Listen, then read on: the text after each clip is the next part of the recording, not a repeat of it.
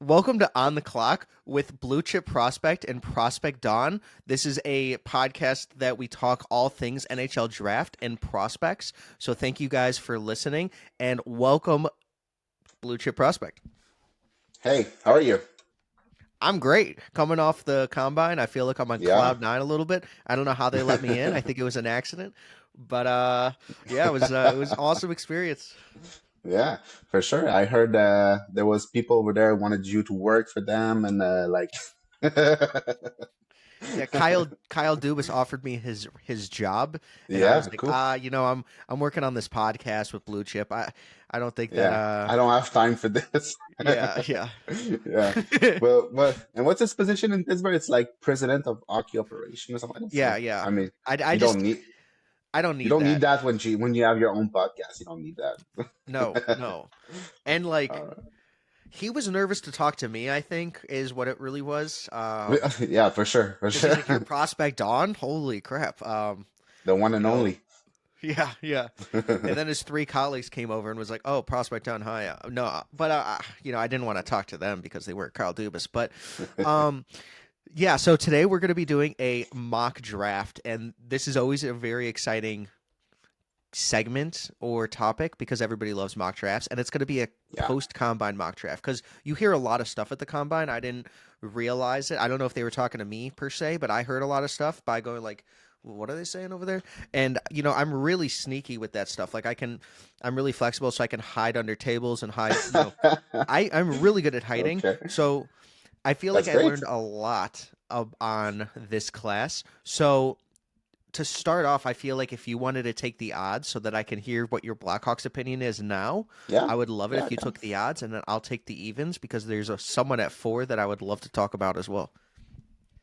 All right, cool. Yeah, I have no problem with that. And the cool thing about doing not a podcast, but a mock draft after the combine is not just what you heard over there too. It's also all the news coming out of it. Like Yeah, basically every beat writer from every single team that went there or talked with people, they have different rumors that they hear. So we're getting a lot closer to the reality. When you do those mock drafts like 2 months out of the draft, like you have a little bit of a clue what's going to happen, but it's not that accurate. But after the combine is it becomes a little bit more accurate on what's going to happen. But then at the same time, you go to the draft, and then Beckett Seneke goes number three. So, yeah. so yeah, we never actually know. So, all right, so at number one for the Islanders, like I did a mock draft myself a couple days or like a week ago, something like that, where I picked every player as if I was the GM for that team. And I picked Michael Misa because I think a 1C is probably more important than a 1D. In my opinion, I would always go with offense before defense, even though I know there's a saying where defense wins championship. I don't think that's true. But I think in the reality of things, I think there's enough of a gap between Schaefer and Misa to say that they will go with Schaefer. So in my opinion, I'll go with Matthew Schaefer at number one for the Islanders. I think that's the way that it's going to play out. Everything that I heard is Matthew Schaefer is an incredible interview. I mean, this guy is so down to earth. He did all the right things. I would be Mhm. absolutely shocked if the Islanders did not pick him. And one snippet, because I don't think it's going to be in this mock, that I Mhm. heard a lot where the Islanders are very interested in jumping up to try to get James Haggins as well as Matthew Schaefer. So that is Oh something yeah, that they are serious about. Absolutely serious. They are not content with just taking Schaefer. They want the hometown kid and James Haggins, and I feel like it would be a fantastic opportunity for them after stealing yeah, Matthew Schaefer. yeah. This team was a playoff team almost. I mean, a couple of games and they would have been a playoff team. How they're gonna do that? I don't know, because I don't either. even if you say I'll give you my first next year unprotected, it's not good enough because they are one of those teams that's like stuck in the middle. They're not actually not a playoff team, but they're also not that bad where you can predict them to be a bottom five team next year. So they're gonna have to give a lot, and at the same time, they don't want to Yeah. give NHL assets because they want to compete. That's basically what Matthew Dash said when he was hired. Like he thinks the team is too good, the players that he have are too good to be an actual team that's not in the playoffs. So he wants to be like do a quick turnaround. But adding a Schaefer and adding Agans on top of that would be fantastic. I just don't know how they will do it. The one thing I will say is because I completely agree with you, the Mhm. Avalanche trade opened the door when they got Colin Ritchie and that first Yeah, round pick for Brock Nelson. That did open the door, and they feel like those were free assets because he was already going to leave and he was not yeah, interested. I mean, the Colorado Avalanche already signed him to an absurd contract, in my opinion. hmm, I think it was a yeah, little over what he should have been paid, and they also have the yeah, 42nd pick.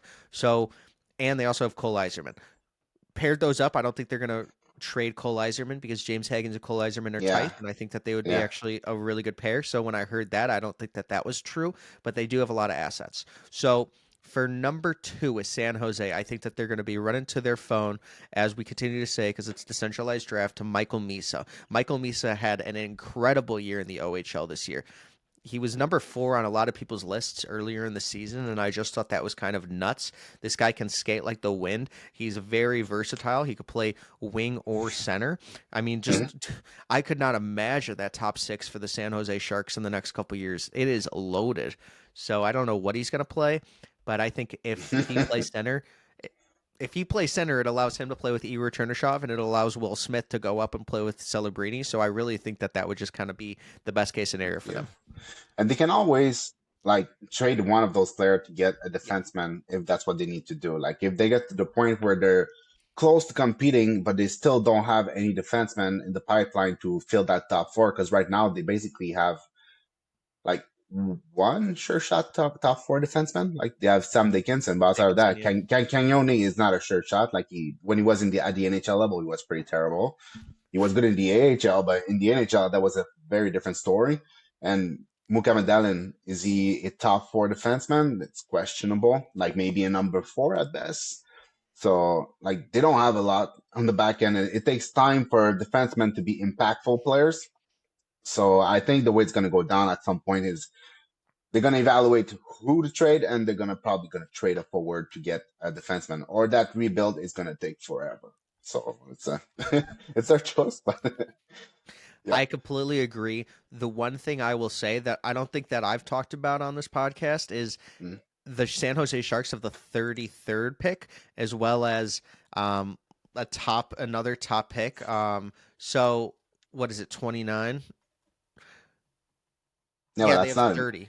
that's not really enough to. Well, you could package up, try to get a defenseman, but yeah, like you said, Yeah, their but who? defenseman is light. Like even if you package up both, like Kayshawn 29 Aitchison. and 30. Yeah, yeah, but like Cation HSN is probably gone in the first half of the draft. Yeah. Like very likely to be gone in the first half of the draft, or at least top 20. So to go from 29 to top 20 with your second rounder, it's gonna be tough. It's gonna be yeah, it's gonna be tough. If And you were, I just want to propose this trade to you. If you were a yeah, Habs fan, I mean, obviously you are, but if you were the Habs GM, would you accept 30 overall and 34 for 17? no, not at all. Okay. No, no, especially not in this draft. Mhm. Because the thing is that the Habs are now where they're placed. They are at the very edge of where there's a pretty good drop, in my opinion. Like there's a chance they can get a player like Lakovic. There's a chance they can get a player like Justin Albano or a defenseman like Kishin Aitchison or something like that. Once you're like, if Kishin Aitchison jumps into the top 16, or maybe a Cameron Reed jumps into the top 16, then it pushes two players back that the Habs can get, and after that, once those two players are gone, what's left? It's there's a lot of talented player, but there's a lot of undersized talented player. Like you can get a Potter, a Gereshny, a Kendall, and everything else are a little bit of question mark, like a Jack Nesbitt or Blake Fiddler. It's like Mhm. you're not in the same conversation, at least at this moment before the draft. Like maybe in 5 years it's going to be completely different, but right now it's not the same conversation. When you talk about a Cole Rezhny or Braden Coots, or you talk about Lakovic or Justin Albano or something like that, it's not exactly the same level of player as right now, at least. So I wouldn't do that. I wouldn't do it, but it's because the Habs need high end talent more than they need depth. Like if they need depth, if then I would say yes, but it's not the case. They already have that. So yeah. So no. So next at number three is Chicago. And like they are linked to Frondel on basically every website, every writers, everybody puts Frondel at number 3. So it's really hard to go against that. Would it be my choice? No, but this is not what's the point of this mock draft. The mock draft is what we think should happen, what we think will happen, and I think it's going to be Anton Frondel. So he measured at like 6'1", almost 200 pounds, something like that. So like he has the two-way game, he has the shot, he has some of the offense creation. There's work to do there, but it's not like he put up great numbers in the Allsvenskan, so like there's a lot to work with, and there's a long pedigree to with him. Like we've heard about Frondel for years now. It's not like he exploded just this year. Last year, everybody knew about Frondel, and the year before that, everybody knew about Frondel. So yeah, I'll go with Frondel at number 3. And would that make you happy or? You know, Frondell is becoming a little bit of an underrated player. Obviously, the Nah. odds and every reporter has him going to the Blackhawks. He's minus 160 now after being plus 600 when the odds opened up. And, I'm in contact now, and I'm going to be this is breaking news, but Marcus Kruger, a former Blackhawk, plays on his team. So I'm going to actually Mhm. have him on and talk a little bit about Anton Frandel before the draft because I think the sense is that it is going to be Anton Frandel, and I just want to get to know a little bit Yeah, more about the player. And he's obviously booked up until the draft, but I think that Anton Frandel is one of those kids that has a ton of upside. His vision is great. His transition game will get better going from the SHL larger rink size, as I continue to say, to the American rink size. When hmm his one knock is his transition game, which I think is a little overblown in my opinion and overused, just basically on the charts and cards. I think that it's only going to get better. He has a great, fantastic shot. It's heavy. yeah, He's going to be able to play versatile wing or center. I think that he could be a great center, but if you have him on Bedard's line, I think it would be fantastic. It's kind of Marian Hossa esque, and not that he's going to be the back checker Marian Hossa was, but if you get a player like this, he's just somebody solidified in your top 6. And I feel like James Haggins is smaller, who would be kind of the pick here. He is smaller and he has more of boom bust upside potential. So I feel like Chicago wants the safer plays because they have so many picks. They mhm, want safe, they want high floor, higher upside plays than other teams just because they can't afford to have a bust in this rebuild, especially this yeah, high. So I think with the later picks, the Chicago Blackhawks are just going to go upside, upside, upside with every other pick that they have. But with Frondell, it's going to be safer. Plus, he's kind of more NHL ready than anybody else, too. The only knock on him is Victor Eklund was play driving, as you said previously in our videos. Like, mhm, he was the play driver every single time you turn on a game. Victor Eklund was the guy that was like, wow, that guy's skilled because he just was. If you get a player that I don't think Frondell's a play driver, that's why I would want him on a Connor even Bedard line. without even without Eklund, like Frondell is not going to drive offense. No, no. He's That's gonna why find Connor he's Bedard would gonna be good. find space and shoot or jump on rebounds, but that's what his game is. He has limited not power play, limited playmaking ability. Like his vision is okay. It's not bad by any means, but it's not great. His skating is okay. Like it's not great. It's not bad. Like at number 3, it's I mean, I would take if I had a choice. If I really wanted a center, it could be Caleb Denoyer, it could be Anton Frandel, it could be James Higgins. Yeah, Personally, maybe I'd go with Denoyer or Higgins. I think Frandel will be the last one on that list, but I would probably go with Markham yeah. if it was my choice. It was he is fourth on my ranking for who we should be taking out of 4 players. But Yeah. because like you said, it would be Martone Haggins or Haggins Martone. It's interchangeable, honestly, based on what role you want. It's your type of T, and then Day Norier based on the defensive and the Selkie kind of upside as well as the true center, so that you can bring Nazar up and play him on a wing with Bedard because he does not play under 5'10". He plays Mm. with the like a lot of hard skill tenacity. He's kind of like a smaller Carter Bear with more speed, and then you have just Caleb Day Norier mantling the 2C spot, so it's a 1-2 punch with Connor Bedard. I think that would be Yeah. perfect. Frondell is just, it's going to be the case, so I'm just trying to play devil's advocate of why it could be, but he would Yeah. not be my first, second, or third option. I think there's a fair chance that Anton Frandel is like Anton Lundell with a better shot. which Yeah, is like yeah, Lundell is a good player, and in the playoff right now, he's really good. Like he's a big part of the reason why they get where they're getting every single year. The Panthers, Lundell is part of that, but he has like 45 points on the season. So yeah. obviously, Frondell is probably gonna have probably more goals than that because when you put Goals, him on yeah, the flank, he can just score. Like if you get him the puck with a nice pass, he can really just rip that heavy one timer like every single time.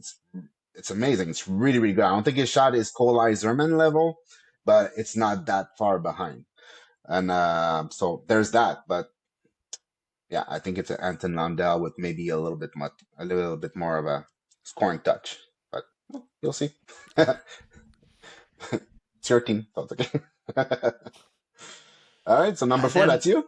yep. And then for Utah, what I'm hearing is Brady Martin everywhere. In the smoke, where there's smoke, there's fire. But for me, I just can't put Brady Martin over guys like Desnoyers, James Haggins, Porter Martone.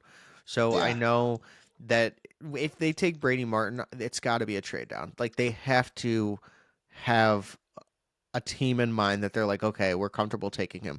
Maybe the Flyers jump up to try to take somebody that they really like because yeah. Boston could take him at 7. So, but I'm gonna say that Utah goes with Caleb Desnoyers here because obviously they really like him. I've heard that they like him a lot, and he's just somebody like I said. 2C potential. He's a true center. I think that they have a lot of top 6 options too, and then they just have so many prospects coming up. Like Hmm. Logan Cooley is really good too. Clayton Keller is awesome. Dylan Gunther's awesome. Like Daniil Boot, Shimashev. I mean, they just have a plethora of players. And I just think Desnoyers would just fit in really well with them. You know, he's going to be really great defensively. He had 2 bum wrist that he disclosed to that. It Yeah. was way before the Mem Cup too, so he was doing that before the playoffs. So the fact that this guy was destroying the Q before then, I think it kind of increases his potential a little bit too. The Bunker Boys were telling me a lot about this because I asked, like, doesn't a wrist injury hurt him?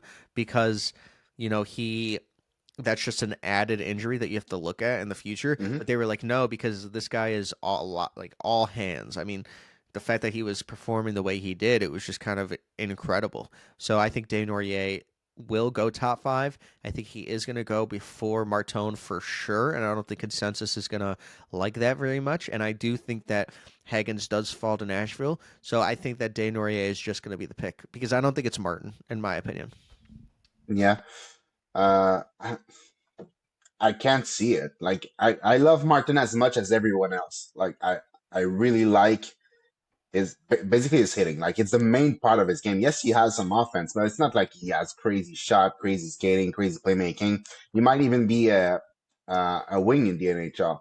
But the way he hits and all the hits that he has, it's not like he's going to do that at the NHL level. Like you're not always constantly gonna take yourself out of the play to go hit somebody. Like nobody does that in the NHL. Like no actual top 6 player plays like that. Yes, Sam Bennett. Like this is basically the comparison for what's his name, Martin. The comparison for Martin most of the time is someone like Sam Bennett or something like that. And Sam Bennett, he doesn't have like 300 hit on the season or something like that. Like he's efficient in the way he's going to hit, and he hits hard, he forechecks hard, and that's what like maybe Brain Martin can bring. But Sam Bennett is not the type of player I think you want at number 4 in a way. It's not Mhm. like he's a good player, he's great in the playoff, but like I don't know. I think it would be a little bit of a reach. So I agree with Canadian Way. Canadian Way can bring you some physicality when he gets like stronger. Obviously, right now he's lean. He's like 170 something at 6'2". But at some point he's gonna get stronger, and he knows how to play. He plays hockey the NHL way, so he knows that he has to compete. And I think it's more important to be intense on the puck and heavy on the puck and win your battles and things like that, as opposed to hit everything that moves on the ice. Like your intensity is more important than your physicality, in my opinion. So like if you can have a little bit of both, then plus you're a much better playmaker, much better hands, uh, and you're a center like basically for sure at the NHL level. I think Caladinoy is a no brainer, or Higgins, but Caladinoy is good too. Yeah, that So was yeah. awesome. I agree.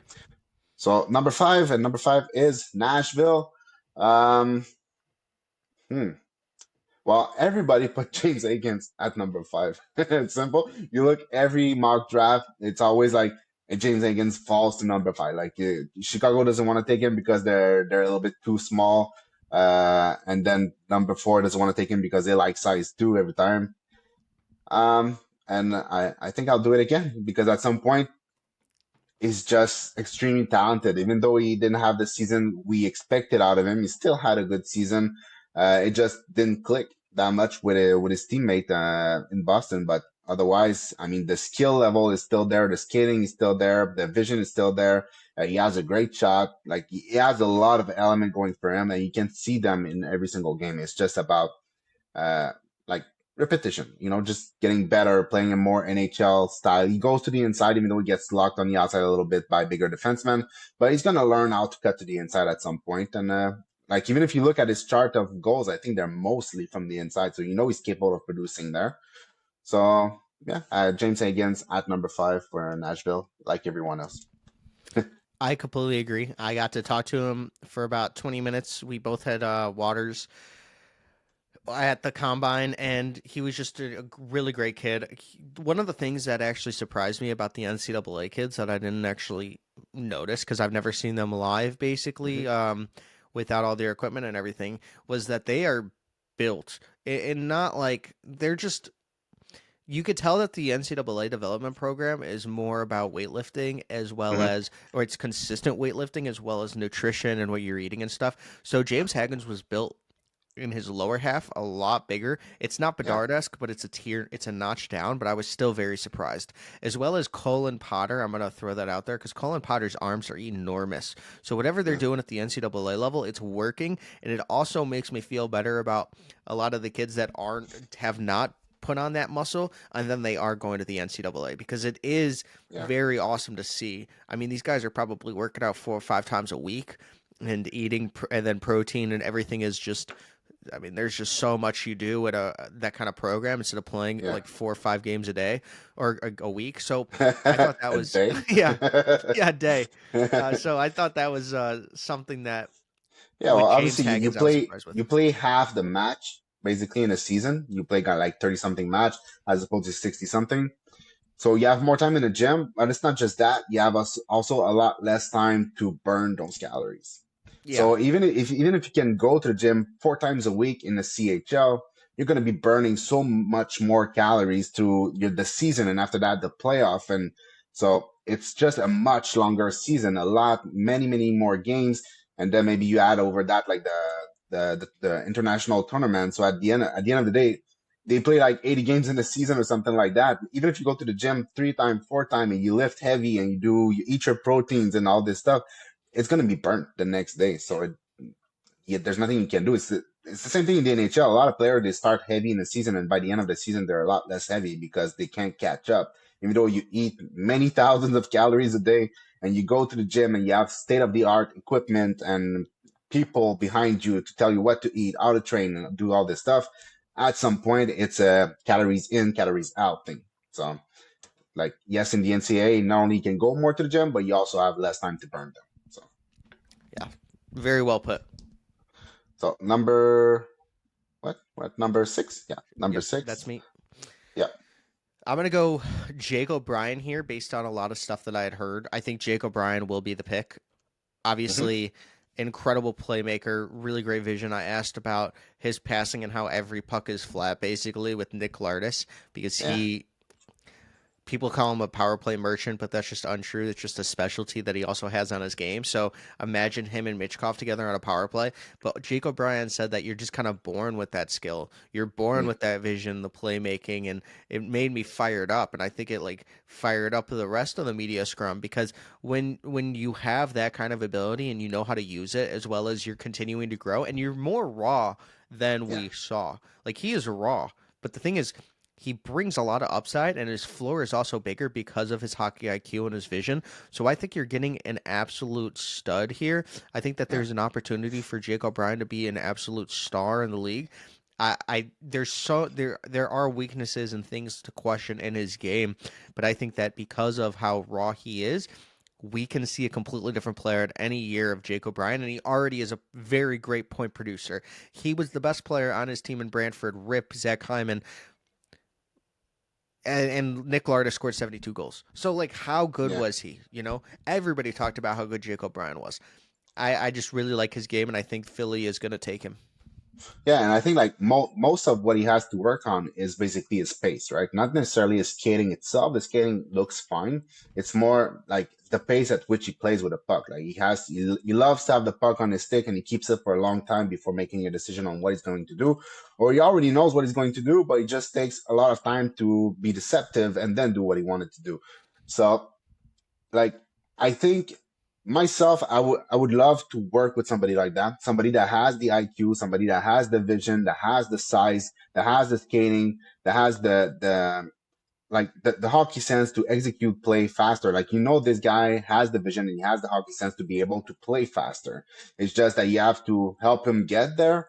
And I don't like he's it's not like he's the first guy that play a more junior, slower kind of type of game in the CHL that has to like execute faster when he wants to get to the NHL. Like I remember Nick Suzuki when we grabbed it from Vegas.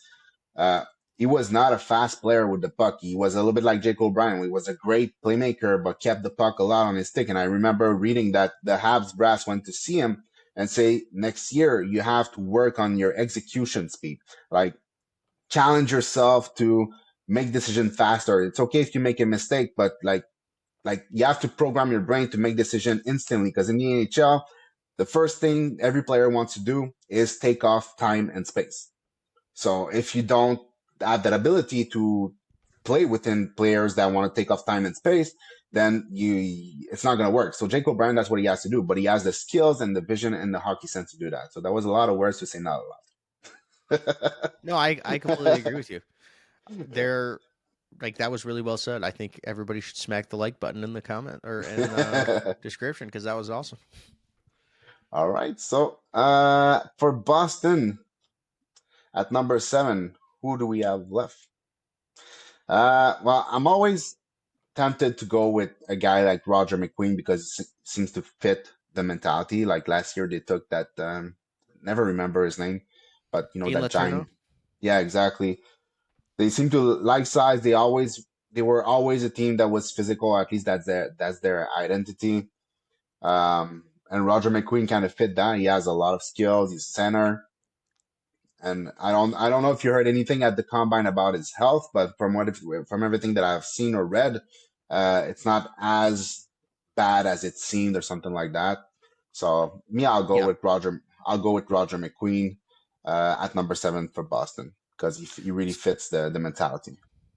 So Roger McQueen talked about his health a lot. Obviously, it was one of the main questions that was Yeah, asked during his media scrum, and he was healthy enough to participate in the bench press as well as the pull ups, and that means that yeah, he participated in everything. The back was a misdiagnosis, and he's been pain free for about 30, 40 days now. I think that it's okay, absolutely incredible. I mean, now it's more 40 days, and he even said like he's pleasantly surprised, but I mean, there was a misdiagnosis. So it wasn't as bad as everybody kind of assumed. And I think it's really going to help his draft stock because he is a 6'5" center with that much soft skill. And his edge work is absolutely incredible. If you ever see this guy turn and shoot, I yeah, just think that he's going to be a star in the league if he hits. And getting Boston's going to turn him into a star. If Boston gets him at 7, I think he's a star, in my opinion. It's going to be between McQueen and Martin. So they're going to have the pick of the litter here. I do not think that Boston's going to be a team that trades up because they're getting their player that they fell in the lap. Don Sweeney saw yeah, McQueen multiple times this season in live viewings, and he doesn't really do that. So I think that this is just kind of a shoe in here, and I think it's a great pick. yeah, yeah. I said it multiple times. I wouldn't like it, but but if it fits. Yeah. Like, don't you think like if Bruins are taking him, he's just going to be a star because that's how it works with the Bruins? I know that's terrible scouting, but it's like that is how it works. It's so weird. I think there's a good chance he's going to be a star no matter where he's Yeah. taken. I don't think Boston is that much of a factor, but I think it fits like a lot of players, even the smaller one, when they go to Boston, they play a certain style, and like they really like, I don't know how to say that, but they get into that mentality of intense physical player, and even if they're smaller and they never necessarily played that way, they start playing that way. So Roger McQueen already has it, but maybe he's not always the most intense player on the ice. So maybe he gets a little bit more of that, fire inside of him, and that Boston can bring inside, like can bring into his player, and that could really help him. But I think that he has a lot of chance to be a star no matter where it goes, not just Boston. Like Yeah. Montreal would be great. That would be absolutely incredible if they could trade up to get him. But Seattle at 8, this is going to be where I Yeah. take. Every mock draft that I've been on, Hmm. Martone always goes here when he falls. But I Yeah. really want to take somebody else here. But I'm gonna take Martone. Martone is just that kind of guy. I really like Martone's game. He has a great shot. I think it's very underrated. His vision is underrated. He's obviously 6'3". He's a true 6'3". He played on Hockey Canada for a reason. They Yeah. really like his game. I think that if there's somebody that keeps falling and there's no reason why, it's kind of McQueen. It's just kind of, Martin. Martone. Sorry, there's so many M's. McQueen, Martin, Obviously, Martin, no. yeah.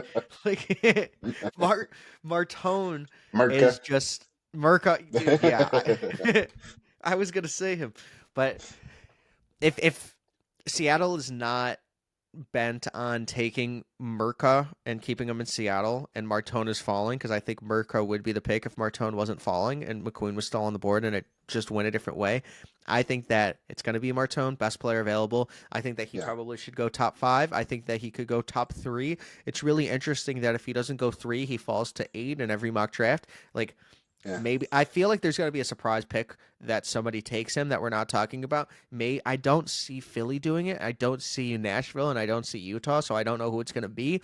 But I just feel like there's no shot that Martone is going to consistently fall to 8. He's just too good of a player. He possesses so many incredible offensive skills, and his defense isn't that bad. His first 3 strides are terrible. But 3 years ago, they've only gotten better. Like, Yeah. if you Yeah. watched him, I talked to Chris Peters about this because I asked him about his skating and what he thought about Martone. He was like, Martone has only gotten better. I mean, it's been a tremendous rise on what he can do with his Yeah. skating. Once you get him with NHL coaches and an NHL program, it's only going to get better as well. So I'm like, well, now you're making me think here. Maybe the Blackhawks see that too. I mean, obviously, Chris Peters talks to people around the league too, and I believe that Mhm. he has the same ideas as everybody else. So I think Martone's skating is just a little overblown a little bit. Obviously, the first 3 strides are the most important thing, but Yeah. he's a good skater. He's not slow. He'll get you to point A to point B. So I feel like Seattle would be lucking out getting Martone here. I think that they would want to trade up to get him or somebody in this Yeah. range. My biggest guess is somebody that is outside of this range and Martone is falling. They're going to try to trade up for him. He's going to be one of those guys Yeah. that somebody tries to trade up for. So that's kind of my thought process on Martone. Yeah. And I think like the reason why he's falling in basically every mock draft, like if he doesn't go at number 2 for Chicago, he goes to number 8 at Seattle or something like that. It's mostly because every team are starved for centerman, and the draft Yeah. is heavy in centerman. So even though like he's in the same tier as all of those players, because he is on the wing, that's something that's playing against him. It's not necessarily that he's not as good a player. I think he's better than some of those players, but it's just the fact that he's a winger. There's nothing you can do about it. And Seattle, they took a lot of center. They took Beniers, they took Shane Wright, they took Catton, who might be a center, might not be a center, but one way or the other is going to be a high end player. So they're really like loading that front, the top 6 basically. So I could see a team trying to trade with Seattle. Like if a team have a good defenseman prospect, they could like give a first plus a good defenseman prospect and try to move up a little bit to grab it's like a Mardon that's sliding down a little bit. But yeah, but I think it fits. It fits the team. Even though they would probably like to have a defenseman, it really fits the team and it's going to give them a really, really good top 6 in the future with all the players they've been drafting super high in the draft. They're all forwards. So, Yep. yeah. All right. So next at number nine is who? It's Buffalo. Well, I don't know if you heard anything, but Buffalo, if Murtka is there, I always put Murtka at Buffalo because at some point they need a right shot defenseman. They need to stop with the 5'11" players. Like, yes, Eklund is a better player than Murtka in my opinion, but I think at some point Buffalo needs to build a team and stop just taking best player available, but never actually build a team that can play together, that can like battle when it's time to try to contend for the playoffs. So I'm gonna go with Red and Merca, and I don't have much to add on that. It's the player I give them every single time I do a mock. So if he falls there, so sometimes I feel like Red and Merca could go to Seattle too, Mhm. but in that case, it's going to be Buffalo. I have been saying this for about 3 months. Merca is going to be the second defenseman taken off the board, and he's going to go in the top 10. For the last 15 years, there's been two defensemen in the top 10 every time, and there's Yeah, multiple teams that have needs. I think that Merca is going to be the guy, 6'6", right-handed defenseman. He was incredible yeah, in those interviews. Me and him go back and forth all the time. He's freaking hilarious with me. I actually had somebody in the elevator was like, "How did you make him crack open like that?" During my interview with him, because he is just somebody that is all hockey, but then once you get him to talk, he's so funny. He didn't know who yeah, Dubas was. So someone had to show him a picture. He's like, "Oh yeah, I met with that guy," and everyone just started cracking up. He's not even trying to be funny. He's just hilarious. He's been playing men in the Czech league since he was 16 years old. I think yeah. this guy is more ready than we thought, and I think that he has a lot more upside than he showed offensively. I think defensively he's already a monster, and I think that he can actually get better too. He needs to improve on his skating, but his comp is Moritz Seider, and I just feel like that's a fantastic comp for somebody that people did not see the star potential in him, and then once he got the coaching, once he became the star of the prospect pool, they gave him a lot more ability to increase his game, especially with NHL coaching. And I think this guy's going to do the exact same thing. I do think that he's going to be a top four producer on your team like immediately. I think that that's his floor, and I also think he could be a top line player for the Sabres. They obviously have a lot of draft capital with Owen Power and Darlene, and I mean even Bowen Byram is over there too. So I think Bowen Byram's going to be on the move. I think Merca is going to probably be the top pair guy in a couple years with Mm, a player like Darling. Darlene, and if not, he's going to be with Power, and I think that's just going to be fantastic. So I think there's nothing really more to say here. Sabres are probably going to take a defenseman, and they need a right-handed one. So Yeah, just kind of falls in their lap. And then Anaheim at 10 to close out the top 10 because, Anaheim kind of lucks out here because Pat Verbeek is just a wild man and he could really do whatever he wants. There's multiple players that they can take, but I don't really want to say them so that I can get some of these guys for Pittsburgh here. But I think that a player that we haven't taken yet that's just kind of continued to fall is mm, a Victor Eklund, and I really do like Victor Eklund. Even like, can you just imagine what Victor Eklund was doing with Anton Frandel? He was driving play. Can you imagine what he's doing with Leo Carlson? I just feel like yeah. that would be a fantastic fit there. He's my seventh ranked player on my board. I think that this is just a value pick for me. Victor Eklund was the star of the combine, in my opinion, with his personality. William Eklund's obviously his brother, and he's a star in the league, and I think he's only going to get better. I think Victor might actually be just that guy as well. I think he's going to be Yeah. similar to a star, maybe not a star, but a very big contributor on a line He with can Leo get there. Carlson. I think he can too. He plays a Yeah. lot bigger than 170 pounds. He was 161 and then he weighed 170, so he gained 9 pounds of actual muscle, and you can see it on his body. I think that he's only going to continue to do so. And this guy is not afraid to go to the center of the ice. He's not afraid to get hit to make a play. He's not afraid to get in front of that net. He's not afraid to obviously play drive, like we've continued to say. He got as many reps as anybody did in that second tier Yeah. of Swedish league. I mean, and even when he came up, the playoffs was awful. Like, it's so weird watching the top prospects in the SHL play in the playoffs because they're getting like 3 minutes a night sometimes Yeah. or one shift. Like there was a Yeah. there was a game Anton Frandel played 30 seconds and scored a goal. Like it was funny. Like I was just like, Yeah. oh my gosh. So obviously, please don't look at the playoff stats because they're just not accurate in my opinion in the SHL. So if you're stat watching, Eklund's game's not going to look as good in my opinion, but he's just a really good player, and I'm so glad I had Instat because I got to watch more Swedish Yeah. hockey than I've ever had in any year, and I was just dumbfounded every single time my jaw would drop watching this guy play. He was more impressive to me than Anton Frandell. I might like the style he plays more, but obviously Anton Frandell is probably the better prospect in a lot of eyes. But this guy is somebody that just made me get chills multiple times when I watched him.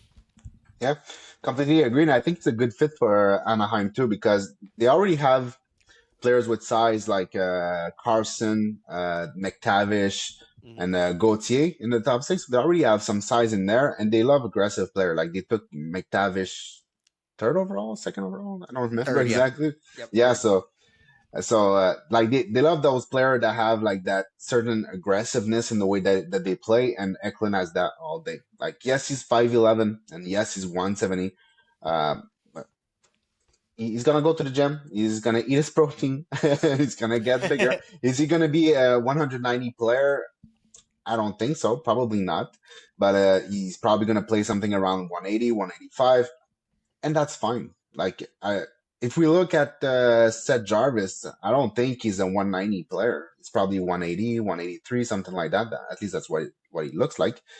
And I think like they have the same type of uh, like aggressiveness in their game, the same type of intensity and like body positioning control. And so, yeah, I really like Victoria Clement. And I think for Anaheim, it's great because, like I said, they already have the size and they're adding a fast and intense player to the lineup. And great place for them to go.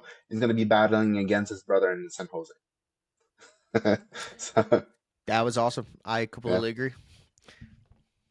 So, number 11, Pittsburgh. Um, well, we could give them McKenna right away. Panthers pull uh, Panthers. uh, Say Ovi. Panthers kept drafting McKenna or Ovi, and they were like, give me Ovi every round." I have a hard time understanding what they need or what they want. Like I don't know if you have anything, but I do have one thing.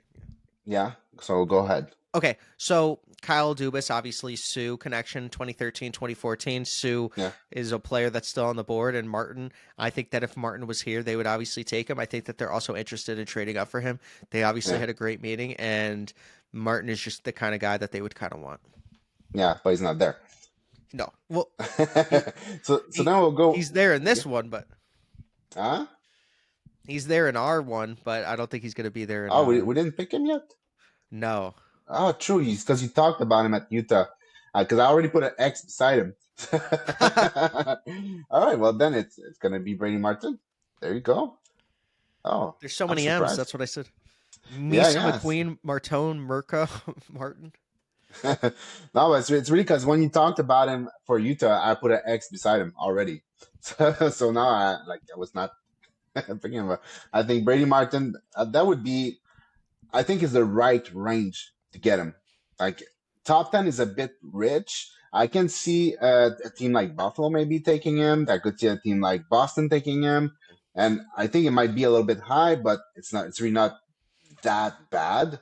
But Pittsburgh at number 11, it's a great fit, and it's also a great spot to take him. Like you're getting actual value. If you take Brady Martin at number 4, you're not getting value. You're getting something that you want. It's very, very different.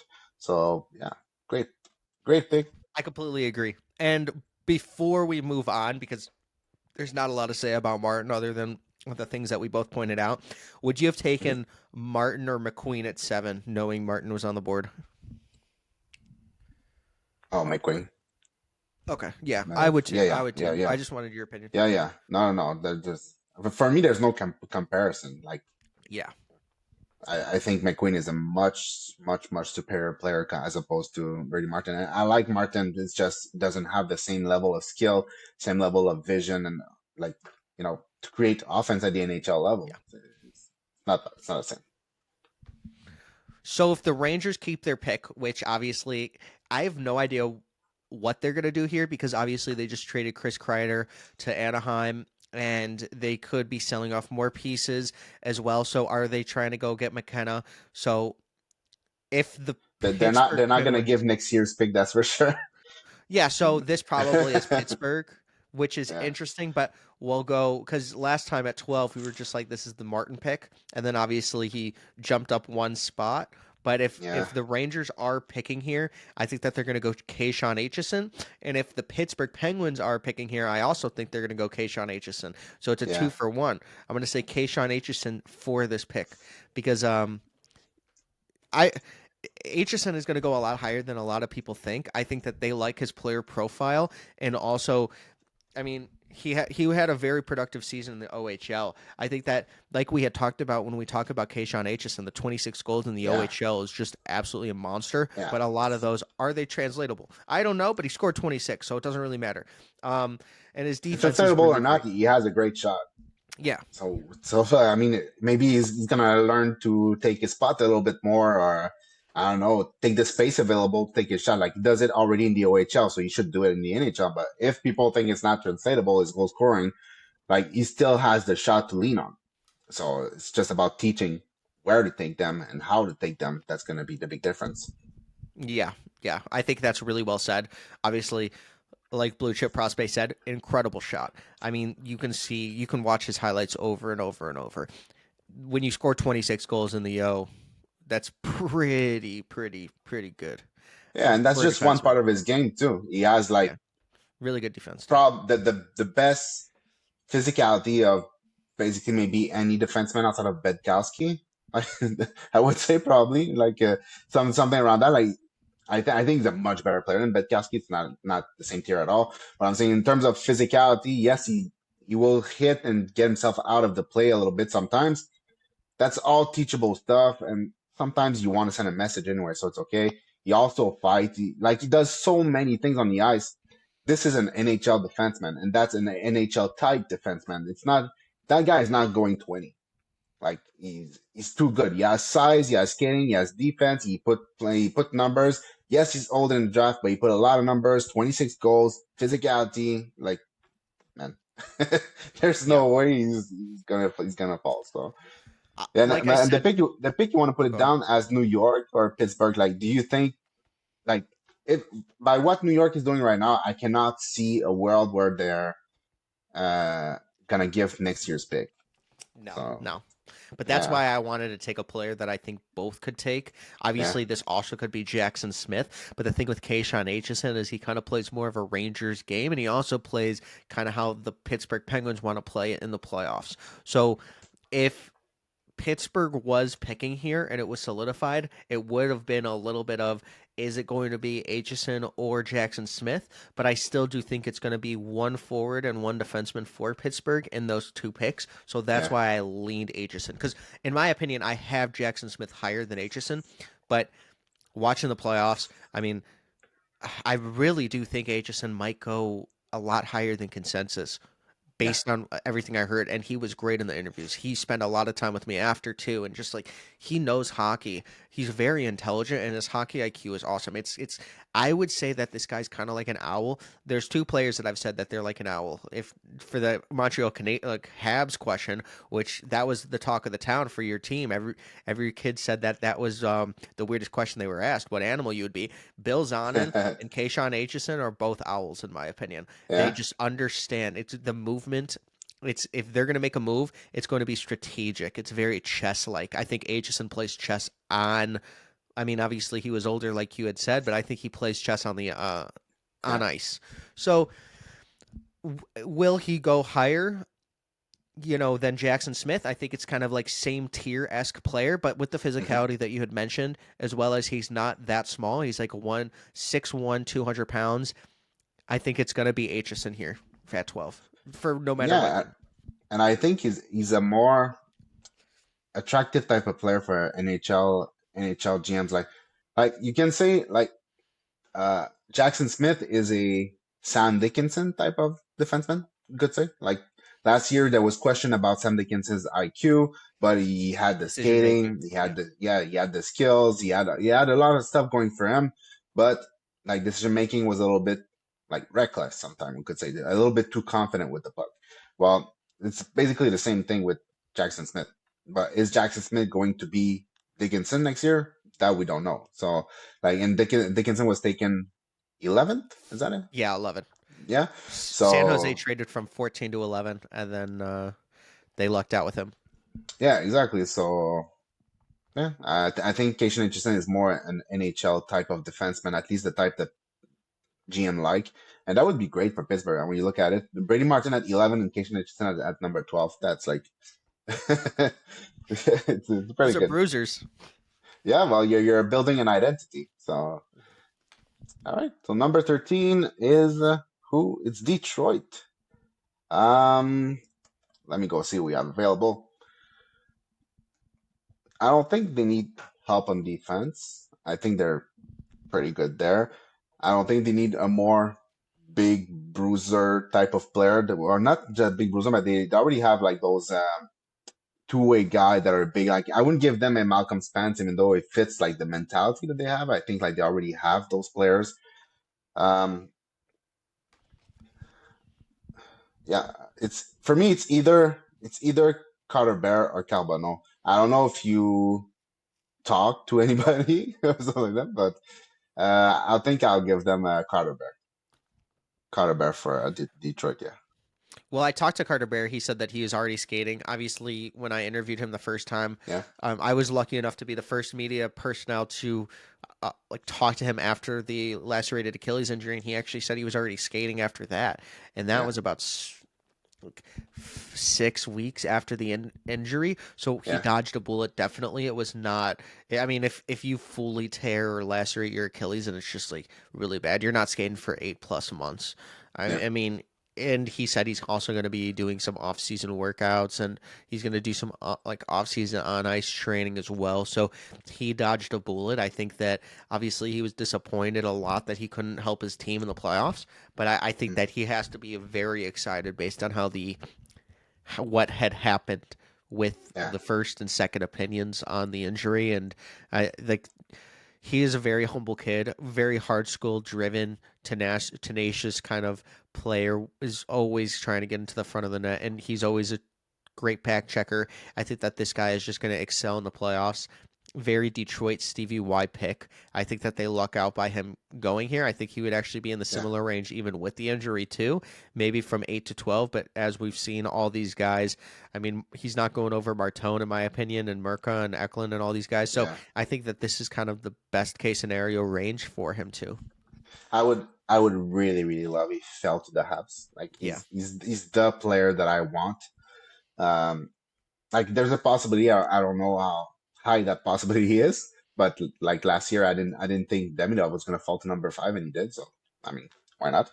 He actually watched he watched Gallagher a lot. So he's been Yeah. watching the Habs a lot. Just because like he thinks that that's also like a player that he likes to take from the game. His player comparison for himself was Brandon Hagel, but he did watch Yeah. Gallagher a lot growing up. And if you look at the goal chart on Instat or the shot chart, you can see that he's very, very Gallagher. Like it's all concentrated within like 2 feet of the net. It's like all his goals like a big of like 30 goals all around the net. So, but it's not just that. Like scoring goals around the net in the OHL, I'm not saying it's easy, but it's something that can be done if you have some talent. But Carter Bear is not just that. Carter Bear like is his game is not built on skating, but he has decent skating. Though the posture is a little bit questionable sometimes, but he has hands, he has a shot, he has playmaking. Like he has good vision. He's not necessarily known for his vision. He's known for his intensity and his competitiveness and his aggressiveness. But he's a good playmaker. He's a good passer. He's not Berkeley Catton good. Like that's a different level, but he's good. And yeah, like I said, I would love him to fall to the Avs, but I think at some point Detroit might go with him. Yeah, so, I have no choice. And then Columbus at 14 is actually really interesting. You know, this would have been a very different pick for me, but after the combine, it kind of seems like they like Lyndon Lakovich, and I think that that would be just kind of the pick that they want. Somebody with high upside. It took him a little while to understand the WHL. Like I had previously Yeah, said, when he first joined the Dub, he was just trying to dangle through three defenders. He didn't really understand how to play a two-way game. He grew a lot more, and he was trying to figure out his body. I compare him to a 5'11" winger or forward that Hmm. just happens to be 6'4". I think that as soon as he learns how to use his body, you're going to get a different Lyndon Lakovic. I think that you're just getting a player with a lot of upside. He was incredibly productive this year in the Dub, even though he missed some time. He was a very big leader for them. And also the last year for Moose Jaw, they won the championship. So obviously he's had both winning and the obstacle of losing and having a really tough season this year. Yeah. So I think Lyndon Lakovic is just kind of somebody that would fall to Columbus. I would like it if he went to Montreal too, because I got a lot of Montreal like people that I talk to all the time, so I'm actually rooting for them too. And if anything, they've become my second favorite team just to root for because you guys got Demidov, you got Hudson, you got a lot of my players that I really, really liked. So Yeah. I think that it would be cool to see Linden go to Montreal, but I'm going to give him to Columbus here. And I know they're very interested too. Like they saw him a lot during the season, and like a lot of people say, you don't go to Moose Jaw because you want to have a vacation. It's not an easy place to get to. So and the Habs went a lot of time. They talked to him a lot of time. I know he had a tough interview with them. Yeah, at the combine, like he said, they were rough. They were challenging him on his uh, not the fact that he's not physical and not using his body because he's been progressing that way the whole season, but just challenging his defensive involvement and stuff like that. And I think that's okay. You want to see our player react when he's being challenged on his play, and that's perfectly fine. But I know that they like him, so I would have liked personally if we can get Carter Bear and Lakovic, I'd be very happy. That would be the dream scenario. Yeah, this or Carbonneau or something like that. Like two fours like that, be very happy. But every single mock draft that I look at, if there's not a let's say a Cameron Reed that jumps in front or a player like that, like most of the time we end up with like Braden Coots, which is fine, but like Braden Coots and Logan Hansler, and it's not the same level of hype, even though like there's defensemen like Cameron Reed who's super, super good, but I wouldn't just be as excited. But yeah, so Lyndon Lakovic to Columbus instead of Montreal. I'll accept it. Number 15 is Vancouver. And who do we have left? Um, Vancouver. Like, who they took last year? Was their pick? Do you remember? Vancouver took, well, a Because year before was Willander, and yeah, then they took 2024. good question, huh? I'm If I totally go, blanking. I'll go in the draft center and just look because sometimes I can't remember every prospect from every team, Well, so now I sometimes wanna. I really wanna. I'll tell you that. A second, I'll do all teams. Vancouver like this. They took oh they didn't They have have a a pick first. in. No, didn't have a first or a second. Their first pick is Melvin Fernstrom in Okay, good. the third I round. was like, Okay. okay. And the year before that was with Villander, and they need skills, right? Basically, I think, yeah, I think I have no choice but to do like every other mock draft and just give them the last big skilled player that can do a little bit of everything, and that's gonna be Justin Carbonneau at Hmm. Vancouver. At Vancouver, I say it in French. At Vancouver. I was gonna put him for 16 at Montreal, so you're a disappointed Habs fan right now. Yeah, well, I mean, like they don't have much. Like even in the pipeline, they have Lecker Mackey, who's an offensive player, but he's not a big player. He's a small player. He's not very good physically, and that's one of his main knock against him. And that is not a knock against Justin Carbonneau. He has no issue playing through contact. He has no issue hitting people either. So, and he has a lot of skills, a lot of skating, big shot, good playmaking. So he has so much going for him that there's a lot to work with. And I think at some point, if you're a team that need a little bit of size, a little bit of offense, and you want to take a swing on a guy that might play in your top six, it's going to be Justin Carbonneau at that point. So yeah. And for Montreal for their first pick here at 16, I'm gonna go with a player that's fallen, and I actually have not marked him here once, and that's Jackson Smith. I got to talk to him, and he hasn't committed yet to Penn State, but I think it would be a phenomenal spot to go to. Jackson Smith is obviously 6'3". He's got a lot of offensive upside.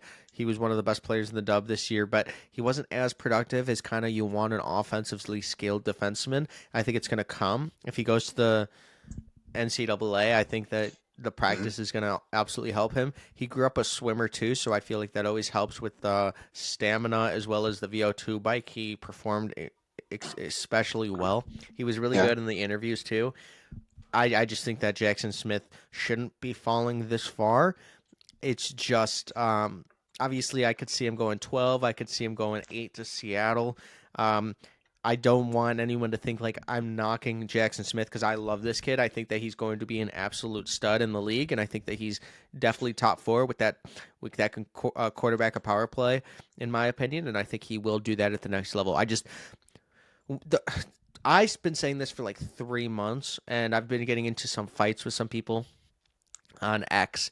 Everybody kept saying that this draft was weak. I always thought the opposite. I thought that this was a very deep draft. The fact that you could get a player like Jackson Smith at 16 and there's a possibility is just absolutely incredible. There are many players on my list. I don't see the drop off. There's just so many great players. So I think that Yeah, this is a really good spot. I agree with what you're saying in the way that there is depth. It's just at the same level. I don't think you're getting the same level of player. Like if you put Jackson Smith and you rank him with the defenseman of last year, he's not before William. He's not before Dickinson. He's not before Levshunov. Is he before Silayev? Maybe, maybe not. Like Silayev is extremely mobile, 6'7" player that are like very unique. So like yes, he is good. He is good for this year. Is he good for every other year before? That's more where I see like the weakness of the draft. I don't think it's a weak draft per se. I think it's more like on the average side. But even though there's depth, because there's players I like up to like number 50 in the draft there, and players that I like a lot at like number 47 or whatever. But like Jackson Smith, even though he, like right here he's falling to number 16. Is that gonna happen? We don't know, but I'm just not sure if it's like the same type of let's say player like we had last year. That's my question. Well, in 2022, Kevin Korchinski went 7. Are you higher on Kevin Korchinski or Jackson Smith? Oh yeah, well Jackson Smith for sure. Yeah, yeah. Yeah, but Korchinski, I mean, I think they reached for them. I think that's the He consensus. did, yeah. He was Yeah, probably yeah, 13. Yeah. yeah. So, all right, cool. So I would be happy with that. Jackson Smith at number 6. I'd be very happy with that pick. And that's one of the things that makes me happy is that if like Keishan Richardson is taken in the first half of the draft, and then you add a player like Cat Jackson Smith, who's most likely going to be taken in the first half of the draft, then that means that one of the very good winger is going to fall, whether it's Lakovic, Calbono, or Bear. One of them is going to fall to the Habs, so we could end up with one of the very good winger and one defenseman. So that would be the ideal scenario. We'll see how it happens in a couple, like in a week and a half, 2 weeks, something like that. So next, number 17, there's really like a couple ways I could go about it. I could go with just locking down the defense for years to come and go with Logan Hensler. Or I could go with a center like Brandon Coots. You said he compared himself to Brandon Point, right? Yeah. Yeah, something like that. Uh, Another Braden. another Another Brandon, yeah, Braden. yeah. I don't know because it could be Cole Reshney, but Cole Reshney, even though he's very, very good, does he have the feet for the NHL? This is a hard one. It could be Malcolm Spence, but I don't want Malcolm Spence. My God, this is hard. So what I'm gonna do is we're gonna lock down the defense for years to come, and I'm gonna go with Logan Hensler. Yeah. I don't. I'm seeing that more and more. uh, I'm seeing that more and more as we do mock drafts. yeah. I think it's going to be actually a similar spot. I really like Logan Hensler. He was one of the first players I talked to this whole class. Very good kid, and he was one of the youngest players on this team, or the youngest. Yeah, like it's just I have no clue what they would do in that case. Like if they had Jackson Smith at 16, would they go for another defenseman at number 17, or would they try to like diversify a little bit and take a center or another winger? I don't know. I really, really don't know. So I'm gonna give them Logan Hensler because we have like a little bit of a need on the right side, not that much of a need, but at least it gives you a player that you know can get into the lineup in a couple of years from now that has size, wheels, can move the puck, has a good first pass, can defend. So yeah, Logan Hensler, your turn. And then Calgary here, I think this is an interesting spot, but I think Calgary kind of will take Braden Coots. I really do like Braden Coots. I think that Braden Coots is a 200-foot forward that can, bring a lot of intensity and tenacity. I asked why he was named like the best player to play against or hardest player in the dub from multiple prospects like Cam Schmidt, and it's just because he's like a mosquito. He will not let up. Yeah, I think I really like that.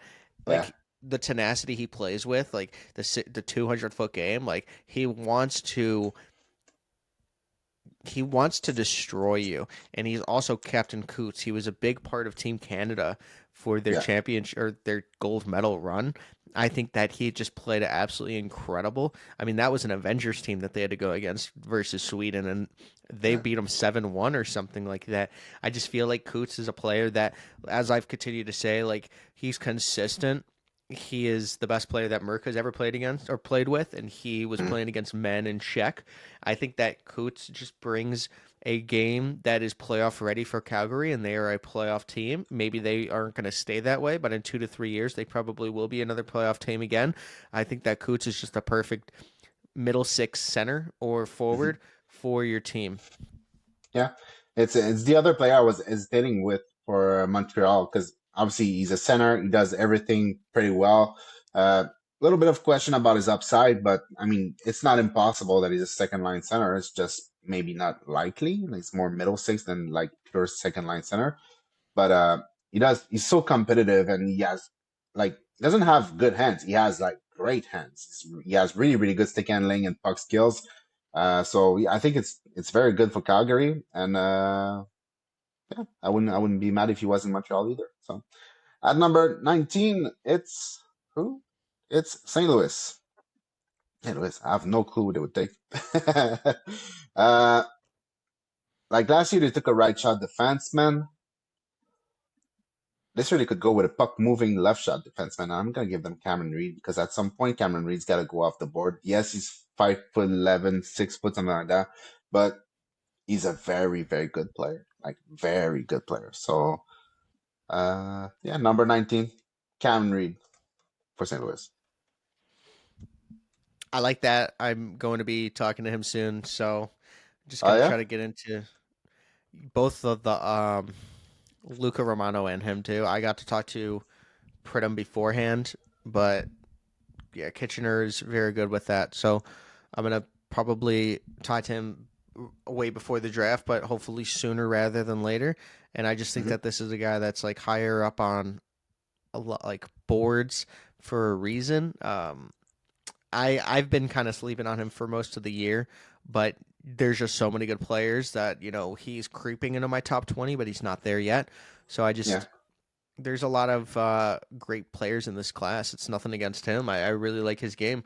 Obviously, he was productive in the OHL. I think that it was between like him and Kayshawn Aitchison for a little bit of the year, and then yeah, Kayshawn kind of jumped him for sure, basically showing the production, the goals, and the physicality. But I yeah. think Reed is also a really great player. Um, He's a hard player for to put in your top 20, yeah, but he deserves to be there.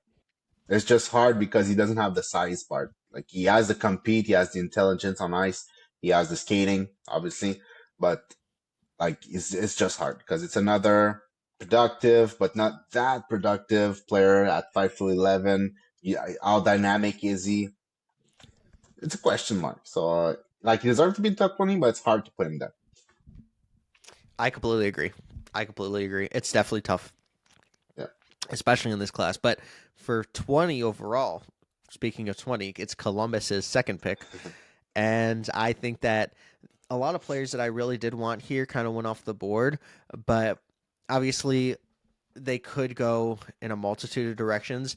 I think that they're going to go with Malcolm Spence here. I really do just like Malcolm Spence's game. He compared Hmm. himself to Carter Verhaeghe. He's a really good playoff player. I asked him like what makes him elevate his game in the playoffs, and it's his intensity, his tenacity. A lot of players said tenacity, but Hmm. it's just the way he kind of plays. He elevated his performance, and him and Martin Misiak, Blackhawks prospect shout out, were just really great without Matthew Schaefer. And obviously they had a rough playoff, but I don't think that they were expecting to win in that first round, and they did, and they came out on Yeah. top. I think Malcolm Spence is just one of those guys that allowed that to happen. Very clutch. I could see him being very projectable as a middle six player, and I think he does have a higher floor than most people. Going to Michigan, it's going to really help a lot of his like I just like that program. It helped Michael Hage, and they're really good Yeah. friends too. I know they skated together in the off season for a long time. When Frank Ivankovich, Jack's father, runs Hmm. this ice out there with players like uh, Michael Misa, you have Matthew Schaefer. Jack obviously is going to be there getting shot on, and Quentin Musty. You got a lot of good players that have come out and skate there, and Malcolm Spence just knows a lot of those guys and practices with them. I think it's only a good thing. Yeah. That's a lot of size up front. That's for sure. Like Columbus is already a big team, and they're gonna be even bigger when they have what's his name from last year? Kaden Lakovic. Lindstrom coming in. Now we gave them Lyndon Lakovic and Malcolm Spence. That's a lot of big bodies in the top six, or I mean, the entire top nine is going to be big bodies with skills. So Yep. that's pretty good. Next for Ottawa. Um, Ottawa's a little bit hard to figure because it just changed like their GM. Like we knew with the ex GM that he was gonna go with a player that has physicality. Like basically that was always the pick. Now they changed, so it's a little bit hard to know. I think they need talent up front, and I think like it could. Honestly, I'm gonna go between Colin Potter, Benjamin Kindle, or Cole Resney. Um, and I'm gonna go with in between. I'm gonna go with Ben Kindle because Ben Kindle has more speed than Cole Resney, but he's probably not as good a playmaker, but he has a better shot. So this is it's like in between Colin Potter and Cole Resney. So I'm gonna go with Kindle at Ottawa at number 21. And it's pretty rare that And you get then a player that has 99 points in the WHL in the 20s. So go ahead. I think that well, there was just like breaking news. It says can confirm Mitch Marner will not be returning to Toronto. He will be playing for a new team 5 minutes ago Yeah. from Andy Strickland. So I think that's kind of interesting. Oh yeah, But he confirmed it. Like, yeah, but his words or Marner's words. it just says can confirm. I think since Okay. I haven't Yeah. been on X, maybe he was like Marner had said something, and this was just a confirmation towards that. But it does seem like Marner is going to be leaving, and It yeah, a was lot very of news. likely anyway. Marner, yeah, yeah, It was and I very guess it likely. just It's came just out. Go you ahead. know what? Sorry, I keep cutting you off. No, you What go, were you you? go. All right. Well, like I was saying, I think it was very likely to begin with. I think he's done with Toronto, basically, even though he's a guy from there and he loves the city and all this stuff. I think the fan base has been really, really tough on him, and he's like their best player. Maybe Matthew is a better player, but it's debatable. I think Marner is like so good defensively. Even though he's a winger, he's also like he's put 100 points this season, 99 points like a couple seasons ago. He's just so good. But in the playoff, it's been hard, and I guess he's gonna try his luck somewhere else. I don't know where. I don't know where, but It says the Canes are trying to sign him to yeah, 14 mil for 7 years as I soon think as he free fits agency there. opens. They tried So to get him right with yeah, when they had Rantanen, they tried to get Rantanen, yeah, Marner, but he refused to go. So yeah, I mean, yeah. he refused to go like 2 months ago. So, so I don't know. Maybe it works. I think it would be a great fit for. They need like that star power player in my opinion to like to take that next step. They always like go to like second round or third round, but they never like make it past that. But they're competitive every single year. I think if you add a player of Marner's level into that team, it's a very different ball game. They have the defense down. They have a very like physical and intense type of uh, like way of playing. So they have everything to succeed in the NHL. They just need that little extra push, and that Marner can really give it to you. So I think it would be a good fit. Just I don't want him in the East. Go in the West. I want him on the Blackhawks, but also a lot of people say that that's not the right fit. But I mean, we have nobody, so what are we to choose? But Yeah, with sure. with that news breaking, I'm going to go to 22 Philly because I think that this is a really interesting spot just for a guy like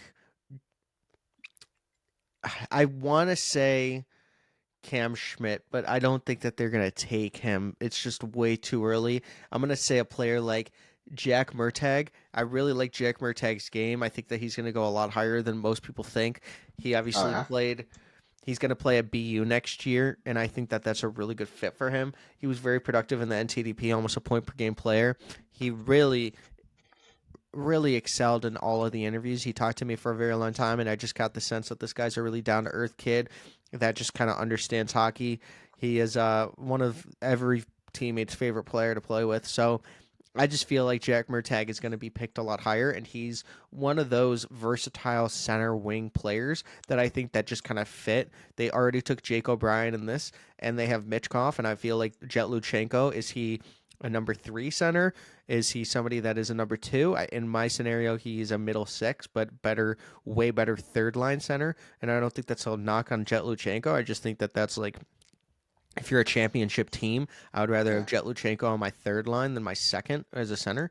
And I think Jack Murtagh would be a perfect fit with Jet Luchenko on that third line. Obviously, yeah. it's tough to take third line players, and I don't think Jack Murtagh is a second liner, but I just think No. that he is an NHL player and a body, and that's when you're picking three times in the first round, I think that you're just trying to get as many hits as possible. Yeah, and I think you're right in the fact when you say that Jack Murtagh is going to play in the NHL. I think he has the NHL body, he has NHL skills. Like the skating and the shot alone is already very good. So I think he's gonna make the NHL to that. I don't think he has upside for a second line. I think it's also the fact that you don't always know which Jack Murtagh you will get on the ice. Like from a game to the other, it's not always the same intensity that he plays with. So that could be something hard to fix. But I mean, like you said, if you draft a lot of time in the first round, but at some point you need some bodies, and Jack Murtagh is probably a good body to have. Yeah, I So completely next agree. up, so at 23, Nashville. Um, with Nashville, I'm gonna go. Who do we give? We gave them James Higgins, right? Like everybody else. Yeah. Yes, So and when's the next pick for Nashville? Is it a 26. yeah, So 26? 23 and So 26. So three picks. all right. So I won't take the goalie. I'll let you do that. And I'm gonna go with Jack Nesbitt. Give them another center. Oh no, get that. Not Jack Nesbitt. I'm gonna go with Blake Fiddler. Blake Yeah, Fiddler. Okay. yeah. First, because well, Nashville boy, and and not just that. I mean, that's the range in which he fits. I think he has some upside. I think he like what we're seeing right now is not the complete development. I think there's still some room to grow, not to grow physically, but for his game to grow. And he's from there. He's a right shot defenseman with size, can move quite well enough. Uh, yeah, and I mean they already have a center at number five, now a right shot defenseman at number 23, and then a goalie at number 26.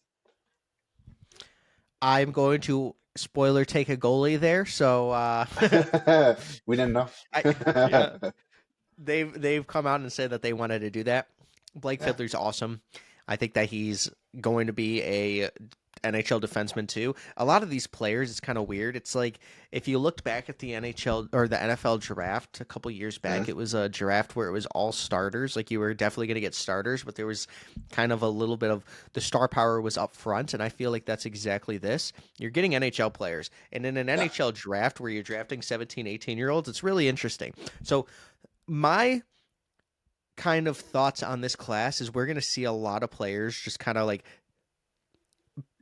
get a lot of or become stars from lower positions just because they are all Mm, going to play, and you never know how a player is going to translate to the NHL once they're there. yeah, So I think a lot of them are going to get in the NHL, and then it's just going to be really interesting to see who performs well. That's like Colin Potter to me, or Kindle, or Cam Schmidt. If they hit in the NHL, they're going to be really good players.